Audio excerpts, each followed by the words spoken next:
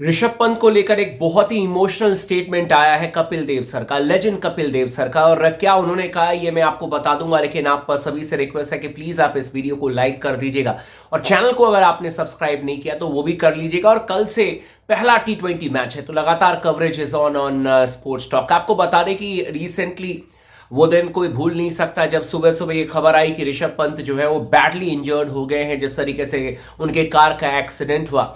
और इसी को लेकर अब तो चलिए ठीक है कि ऊपर वाले की रहमत है कि Rishabh Pant is completely safe. और कपिल देव सर का भी बयान आया है और उन्होंने भी यही बात कही है कि थैंक गॉड ऋषभ पंत कम से कम सेफ हैं। ये सबसे अच्छी बात है। उन्होंने कहा कि ये लर्निंग है सबके लिए।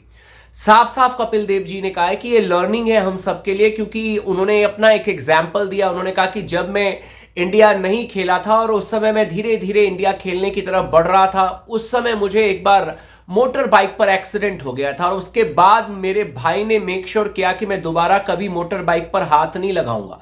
यानी कि उसके बाद मुझे कभी मोटरसाइकिल चलाने नहीं दिया मेरे भाई ने, और उसके बाद ना मैंने कभी चलाई। उन्होंने कहा कि ऋषभ पंत टोटली अंडरस्टैंडेबल कि यार आपके पास में बहुत अच्छी गाड़ी है और जो आपकी उम्र है, ये कपिल देव सर का बयान है ऋषभ पंत के लिए, बड़ा इमोशनल बयान है।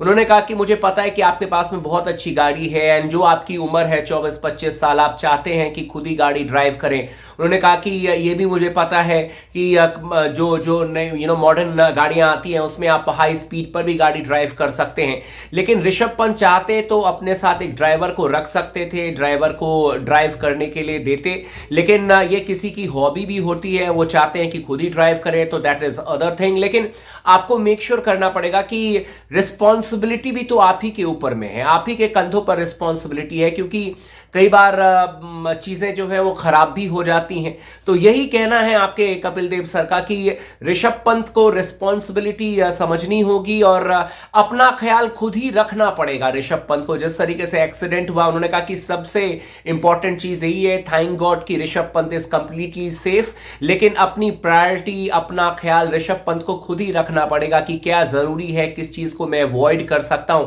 ये सारी चीजें ऋषभ पंत को समझनी पड़ेगी और मेरे ख्याल से बिल्कुल सही बात है। हालांकि लर्निंग हम सबके लिए है, सभी के लिए है। ऋषभ पंत भी ऑब्वियस सी बात है, अभी मैं देख रहा था न्यूज में कि एक बयान जो आया है वो ये है कि वहां पर गड्ढा था या समथिंग, कुछ रास्ते में प्रॉब्लम थी जिसको वो काटने के चक्कर में उनकी जो गाड़ी है वो डिवाइडर में जाकर लग गई।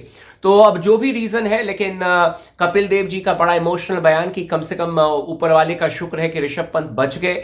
उन्होंने अपना एग्जाम्पल दिया कि जब मैं इंडिया को रिप्रेजेंट नहीं किया था, इंडिया के लिए नहीं खेल रहा था, उस समय मेरा भी एक्सीडेंट हो गया था बाइक को लेकर। उसके बाद मेरे भाई ने कभी मुझे बाइक चलानी नहीं दी और इसीलिए वो कह रहे हैं कि ऋषभ पंत को एक ड्राइवर जरूर अब आगे रख लेना चाहिए, या ऋषभ पंत को खुद ड्राइव करने से थोड़ा अपने आप को अवॉइड करना चाहिए, क्योंकि रिस्पॉन्सिबिलिटी भी ऋषभ पंत की खुद ही है कि अपने आप को सेफ कैसे रखे। बात तो बिल्कुल सही है, क्योंकि ये स्पोर्ट्समैन का जो करियर होता है वो हमेशा कहते हैं ना कि एक पतली लाइन पर चलती है।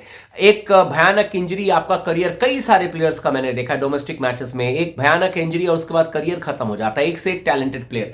तो ऊपर वाले की रहमत कि Rishabh Pant is completely safe, उनको दूसरी लाइफ मिली है। लेकिन जो बातें कपिल देव सर ने कही है, मेरे ख्याल से ऋषभ पंत भी उस पर सीरियसली जरूर सोचेंगे एंड उम्मीद करते हैं कि आने वाले समय में ऋषभ पंत की जोरदार तरीके से वापसी होगी। आपको कैसी लगी स्टोरी, आप हमें कमेंट करके जरूर बताइएगा।